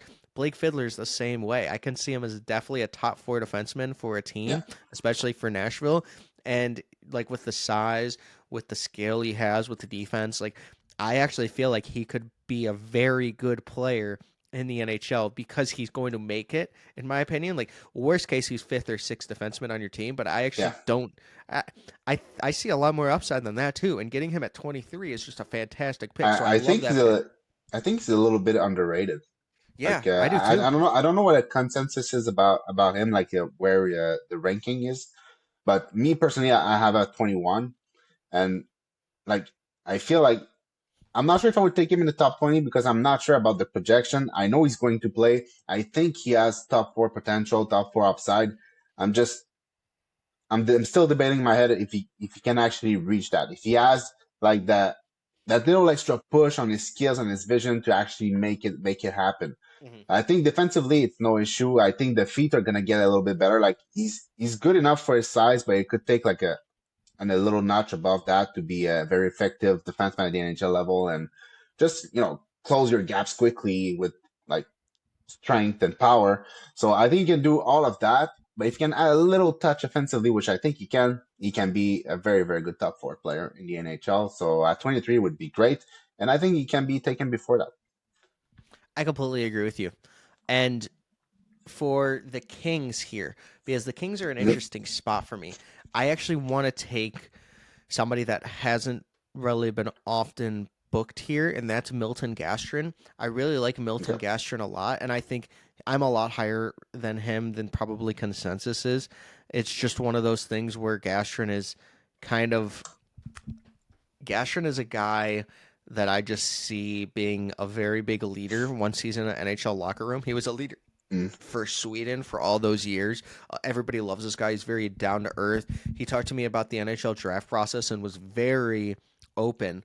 And a lot of the stuff he was talking about was like we're tired. We have to perform on the ice. We have to perform in the interviews as well as all of these things for teams that they're doing. Like you have to be on your best every single second during the yeah. NHL draft process, and you also have to perform on the ice just to your best of ability. It gets hard, and I think that he's done that incredibly well. I think that every player in this class has had to deal with that in all classes beforehand, but I don't think that I've heard anybody be as candid about this process as him. I think that he's going to be very great in the interviews, and he's just somebody that's not afraid to get into the center of the ice. He's not afraid to Yeah. get hit. He will be in the middle, or he will be near the goalie. I think that he's going to be like a Carter Brask player or Gallagher, where a lot of his goals come from 2 feet in front of the net. I think that he's Yeah. going to be great to screen a goalie, especially on a power play, maybe a power play two. But I can see upside here. Obviously, middle six is the name of the game for a lot of these prospects in this area, but I could totally see a scenario where he's a really good second line player that just is a very complimentary piece to two other stars, and then he just puts up a ton of points because of how smart he is and how he plays. And also, he's Mm, good at defense too, and he's just never going to stop. Again, the mosquito thing, I think he's also a mosquito, and I think playing the mosquito role in the SHL or in Sweden where you're playing in the larger ice, I think that his game's actually going to translate better than any other Swedish player because of how much intensity he flies down, especially on the mhm. larger ice rinks. This man is like tailing you for a very long time. Like when he goes to the NHL, he's gonna be like, "Oh, this is easy." Like the pace is obviously gonna be a little trouble for him, but it's gonna be easy for him. He's gonna be able to back Less check ice to anybody. cover. Yeah. Yeah. Yeah. It's a like I have issues with man Milton Gastrin. Like I started the season very high on him. I had him in my top 16 like preliminary, and like he kept falling down. Like you said, I like the way you said it. The fact that he could be a player that plays in the middle six as a complementary player. Like you know what he's going to give you on the intensity side. You know what he's going to give you defensively. He's never gonna hurt your team. A bit like Jack Mertag, he's a player that's going to play in the NHL. Like he has the NHL body, the NHL speed, the NHL like understanding of hockey and intensity. It's just how high in a lineup he can get. Like as a driver, not high. Complimentary, possible that he can get a little bit higher. For that reason, I don't even have him in my first round right now. He's in my like I don't necessarily have that group still of number 33 where there's like 20 players in there, but like he's in that group of player who could be first round player. So I think for LA it's a good pick. They will need players to come into the team at some point, and Milton Gastrin they know is going to play a certain style, a certain way for them, and that's good. Yeah. So number 25, that's Chicago. Ooh. All right. So who's the smaller player? Cameron Schmidt. Adam Banach. um. All right. So I know you really like Vaclav Nestrazel. I don't know. Is he going to be picked in the first round at the I NHL think so. draft? I think so. Yeah. You think so? I think he could be a Hawks pick. Um. Oh, what about Colin Punter? No. How about Kerman Limitov? Good skater. No. Okay. What about Boumediene, who I keep hearing at 25 is an option? Oh yeah, I don't know why. Yeah. It doesn't really make but sense for our team construction, but yeah, I keep hearing that. yeah, because now you have the center at number 3, at number 25. What do you know? I feel like Nestrazil's the good pick. Like I would love maybe Van Zaghi too, but I think he doesn't have the feet to be like he's gonna be late on every play in Chicago. Like you need a special type of mind to be able to follow the players that's going to be in Chicago if you're not a guy that have feet. And I don't think Shane Mazzaghi has that type of hockey sense to be in front of every play. So I'm going to give them back off Nestraza because I think the skating is going to be a little bit better at the NHL level. And I know you like him, but I have no clue who they're going to take. But I think that fits. Talking to Václav Nestrasil's camp the other day, they said that Chicago has met with him for dinner earlier in the season, and then they met with him at the Combine early, Yeah. and there is serious interest there, in their opinion. Obviously, it Okay. could be in the first round, it could be 34. I don't know. I would love it if we take him 25. I do not care if it's a value or if there's a lower value there, but this kid is Yeah. 6'6". I mean, he grew an inch as Yeah. well as he was very productive in the USHL. Obviously, Muskegon Lumberjacks, the one player that I would say I was most surprised with his performance was Vaslav Nestrasil. I thought I was going to be more interested in watching one of my guys in the previous years, Ivan Ryabkin, who I just liked watching his highlight reels, but obviously there's some character concerns on ice, off ice, intensity, just engagement level as well. So that's not coming from me. Obviously, I don't make those decisions, but that's what's kind of out on the public, as well as I just think that Vaslav Nestrasil played an enormous role on a championship team in Muskegon. USHL is a very good league, and I think that going to UMass is going to really help his development. Obviously, I say this all the time, but for new viewers, he has 4 brothers. One was drafted in the 3rd round of the Red Wings. I think that he's always been born around hockey. This guy's been on skates since he was under 2 years old. I just feel like he was bred to play this game, and I think that his family really thinks of high, like that this guy's going to be a star based on everything that I hear too. Like even his brothers, they all know that he was next up immediately. I think that the first 8 games in the USHL last season before this one, it was very hard, and then he understood how to play in that very little time. He attacked the offseason very well. He had 0 points in the first 8 games, and then he was just almost a point per game player in the USHL. So I think that this guy is going to be a star in my opinion. I have no idea how it's going to get there, but I think at 25 it's going to be like a Sam Renzel-esque pick where obviously, it's just a very high upside player that's really raw, but he's going to give you everything he's got to get better, and I think he will become a star. This guy has some of the best personality I've ever talked to. So, yeah, I love Yeah. this pick. And Yeah. then I at think. Nashville, oh, go ahead. Yeah. Yeah, I think it's a good thing. You were talking about Ivan Ryabkin in the same team, and personally, I didn't really like his season. Like he's been productive. Like there's nothing to say about that. Like he's more. I think he's more than a point per game, something like that. But uh, when I was looking at the elite prospect, like the thing they come out with every year, like their Mhm. how do you call that? The 1,800 pages, their draft yeah, guide. exactly. And one of the comp that they had for him, like they always have like the shades of this player, and it was Ridley Gregg. And I haven't thought about it, but I feel like this is good. I think he has a better shot than Ridley Gregg. I'm not sure if he has like the same intensity, but he's hard. He's borderline violent when he hits. He's I think he has the same type of frame, type of play, and if he can become that type of player, that's really good. Because I'm not sure if he's going to be taken in the first round, but he's going to be taken not too far from there. I assume, and if you can get a Ridley Gregg type of player in that range, I think it's really good. It's a player that I like. So I was consistently putting him in my top 32, 35 for majority of the season for mock drafts.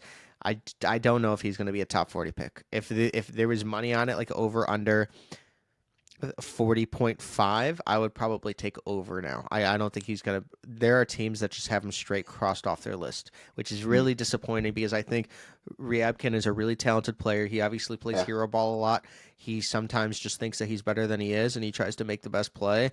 And obviously, it like hurt him sometimes, but he was still very productive. Going to the USHL, a completely new place, playing in America, I think obviously he should have interviewed more. The only player I couldn't interview with in Muskegon this year was him, and I think it would have been not to interview with me, but I think that it would have been better for him to interview with other media outlets because his interviews I heard were not good with teams. I think they just needed to get him comfortable, and it's mm, obviously not a Muskegon thing. I don't think that they did it at all. I don't even think his camp did, but I think that when you are not very good with the camera, I think the best thing you could do is just talk more before those interviews because it kind of yeah. gets you ready.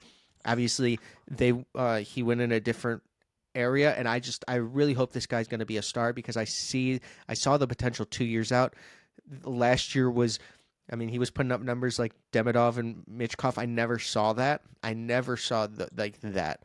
It was way different than those guys. I mean, I saw Demidov. I saw Michkov as an offensive genius. I saw Demidov as just everything, and I thought his skating was fantastic. I know people knocked his skating, but it's just a different way. I think Yeah. he's 10 by 2 or what, like his skating. I really like that Yeah. kind of skating based on how he could pick up speed with his edge work. I think it's fascinating, and I haven't really Jackson seen Smith players does the do that. same as a Yeah, defenseman. Like he skates the same way with his that's 10-2 it or is interesting to see yeah. All right. because So next you can pick pick up a it's lot more power. But Nashville, I am gonna go yeah. goalie here, and my goalie I picked last time was Jack Ivankovic, and I think this time I'm gonna go Joshua Ravensbergen based on I talked to him. He said that his Oh yeah. the thing is, I don't.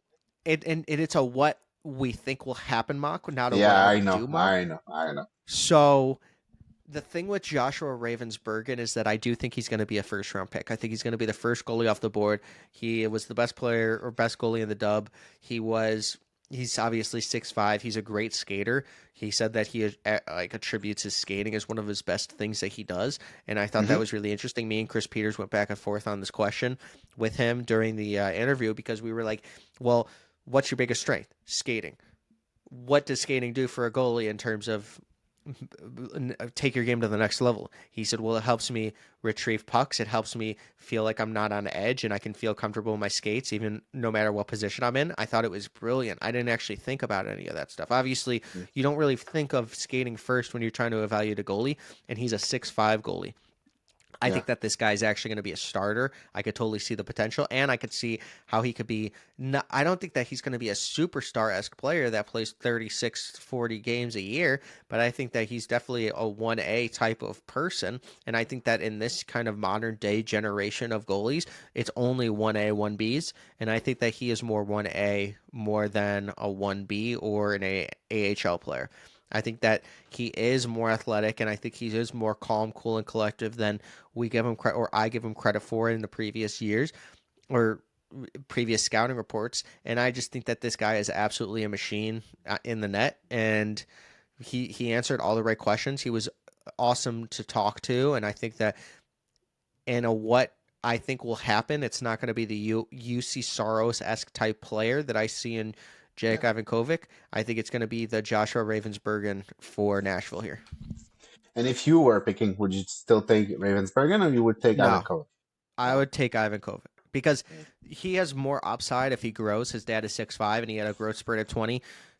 Jack Ivankovic is 5'11", and the only knock is that he's not as tall as other previous Yeah. goalies. And if he grows 2 more inches or 3 more inches, this guy could be a top 15 pick, in my opinion, in this kind of class. So Yeah. you're taking the upside where he is already an NHL caliber goalie, in my opinion. The size is the issue, but we saw that with Wolf, and we saw that with UC Saros, and you can dominate the league at that size. So I would pick Ivan Kovic for that reason. But obviously, it's like you're betting on him getting growing, but I'm also betting on the player as well because he's cool, calm, and collective, and he's athletic. Yeah. Cool. Wrong answer. Yeah.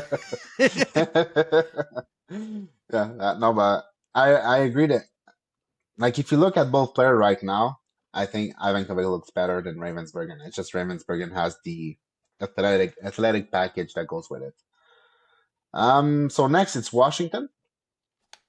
Yeah. And here Washington last year they took who was that guy already? I don't remember his name. From the It wasn't WHL, 5'11", was not predicted to go there. Uh, Let me check 2 seconds. who It was Tarek Parasak. Tarek, yeah. So they went like with Tarek Parasak, Cole Hudson, Leo Mugley, and then Protas. Ilya Protas, Matejko. They went small, small, small, two giants. And then So, Cristal the year before, and yeah, Ryan Leonard the year before. So a lot of under 6 feet. I think we're gonna give them a center,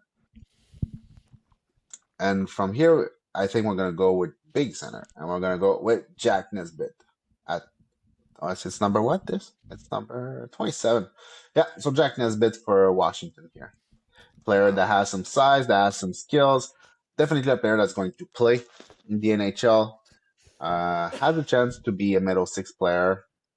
Probably third line, but has a chance to be a second line player if everything goes well. He definitely has the skill fit. It's more about the feet more than anything else. It's a player that I like. So, He plays an old school style. yeah, Honestly, really good pick.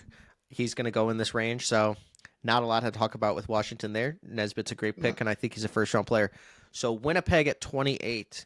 Obviously, this is a really good spot where they're going to take, in my opinion, one of my favorite players, and probably not on your board that much, but Cam Schmidt. I'm just saying Cam Schmidt's going to go here. I think it's best player available. I really like his game. It was really surprising to see how tiny he was actually in person, but this guy has so much skill. If he hits, he's going to hit. Winnipeg, they're striving for that kind of player that like him. I think that a lot of if he didn't go here, I would pick him to Carolina, but obviously I don't have Carolina's pick, so I really wanted to get him in either here or Carolina because it's just a team that they can take that upside swing, and if he hits, he's going to be a really good top six forward for them. Obviously, I think he could play on a first line, but it's not going to be because it's because he kind of has to. Maybe a second line. I think he could be yeah, a more of a second line player, but he was very productive in the WHL. I think that he was kind of more disappointing in the international tournaments than we would have liked to see, and that's kind of what we were hoping for as scouts to like watch him destroy that comp. So I can totally yeah. see if I know you probably don't have him in your first round after last time we talked, but it does No, change daily.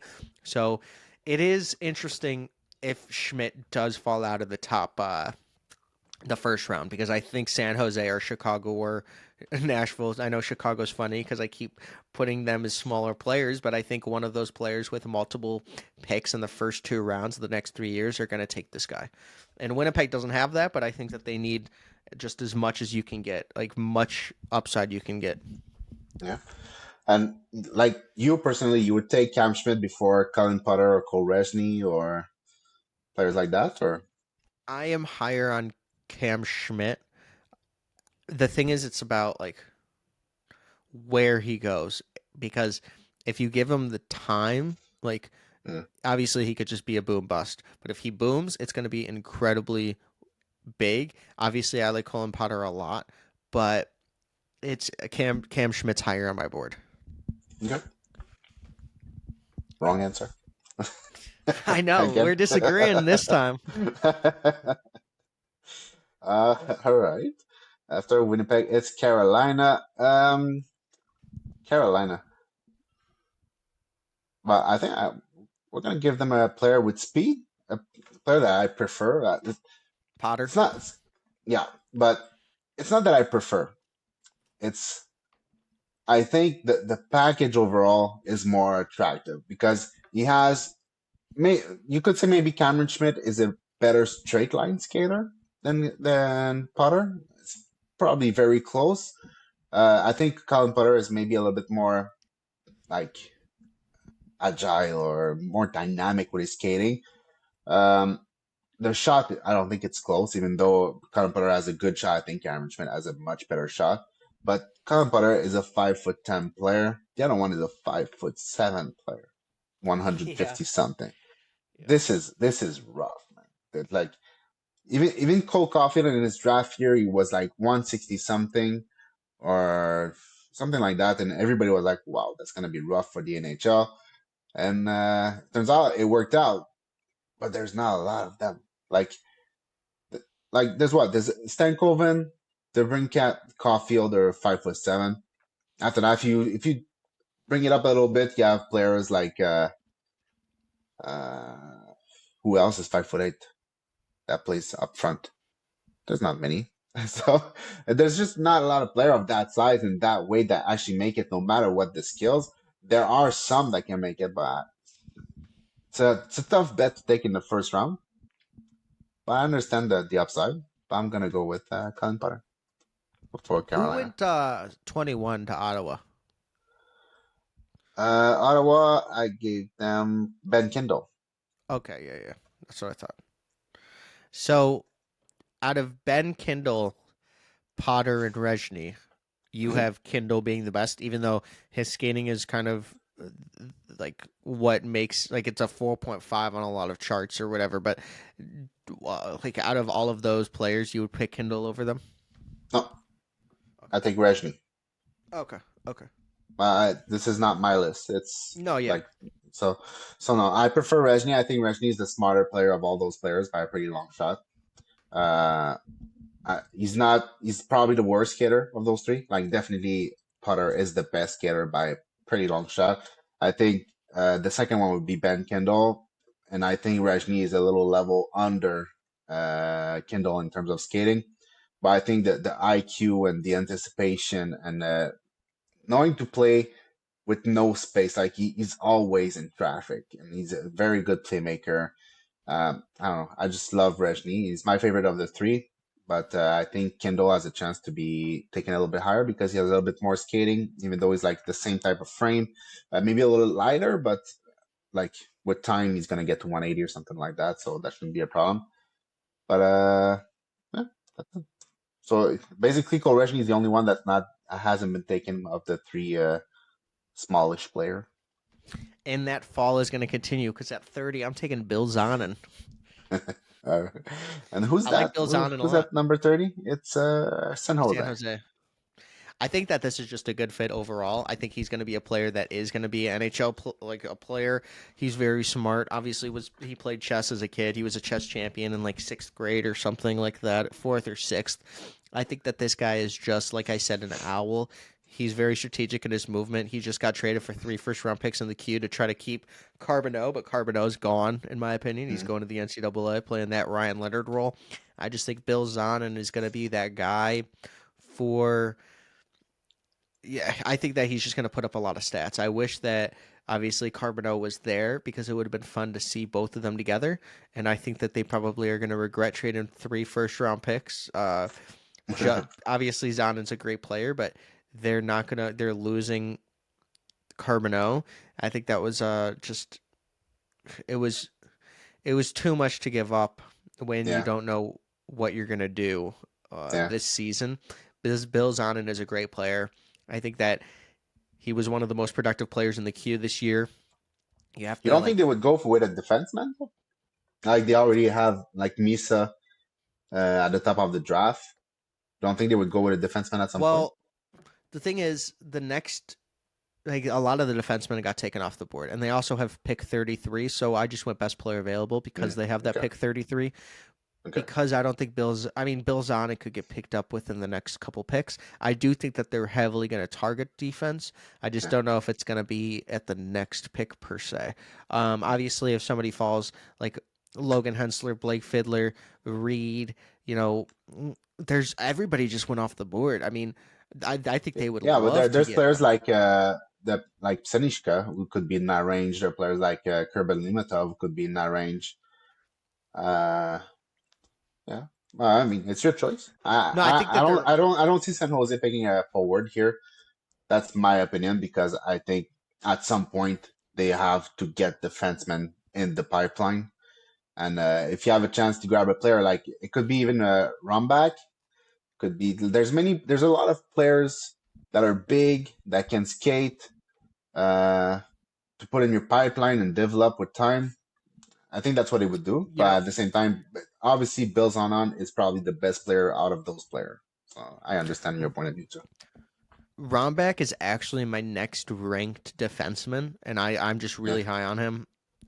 yeah, Obviously, going to the Golden Gophers, he's going to play with Maceo Phillips, Maceo Phillips, and he's really really tall as well. Kind of similar physical profile as Rombach. I think that they're just going to go off.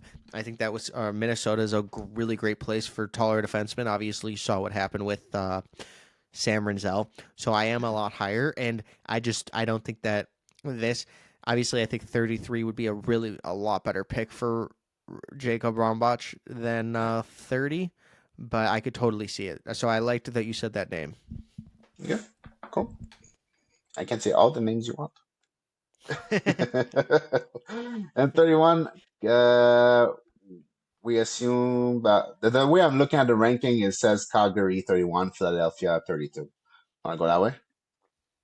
Let's do it. All right. So, Calgary at 31. What did we take at the for Calgary at 18? Brain Coots. That was a good pick. Um, we're gonna go with some size, and we're gonna go with William Horkoff. I like William Horkoff a Nice. lot, and yeah, I'm not gonna explain myself. I The just little like him a lot. What? Horkoff met with 31 teams. The only team he didn't meet with was the Blackhawks because of Okay. obvious reasons that they don't. I don't know. There's no reason. He's a really good player. 6'4", has a ton of size. I think that this would be a great pick. That's my Will Horkoff breakdown. Yeah, well, it's a bit like I think Hitchison said that he didn't meet with the Habs. I think he also said that he didn't meet with them at all in the season, or he don't doesn't remember meeting with them. I'm sure if Aitchison is there at number 17 or 16, I'm pretty sure he's a target for the Habs. So, Yeah. so sometimes I don't know. I mean, I feel like it's weird to pick a player you didn't meet in the first round, but at the same time, it's I don't know. Well, yeah, Will Horkoff, I think it's a great fit in Calgary. Another big player with some skills, some aggressivity.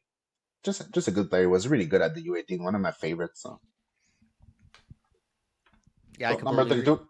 That's you. The last pick in this is going to be Jacob Ishwazniak. I really like his game. I think that he's a really good player. I think that he was very underrated this season. He played good internationally too, helped him get a silver. But I feel like this is just one of those players that's you can get a you can have a lot of them in this range, and it's just a bucket of players. Like it was between him and Shane Van Sage, and I still have no idea if I picked right. But as well as Cole Rezhny is still off the board, it's just for me there's no what I think Philly would do. Just Jacob Wozniak is one of my favorite players that I thought it would be really nice to put him on here because he really is somebody that has always impressed me with his play. I think nobody has actually helped their game out more than Cole Rezhny over the last 2 months, so I do think he's going to Hmm. be a first round pick. But yeah, That's what I Jacob mean. Wozniak. Like I did a video about the Habs targets, and I was talking about that the fact that every single year there is players that are in the 5'10", 5'10", 5'11", 5'9", that always fall to the second round. Like very productive players like Andrew Basha last year, or Yeah, players like Nikita Archamonov last year, who fell like all the way to 50 something, and 50. Basha was 31st. So every single year there are players who were very productive, very good, that most public lists saw in the first round. Like it's gonna be hard to find a list that didn't have Archamonov in the first round. Most had them in the first I round. had Same him thing there. for Yeah.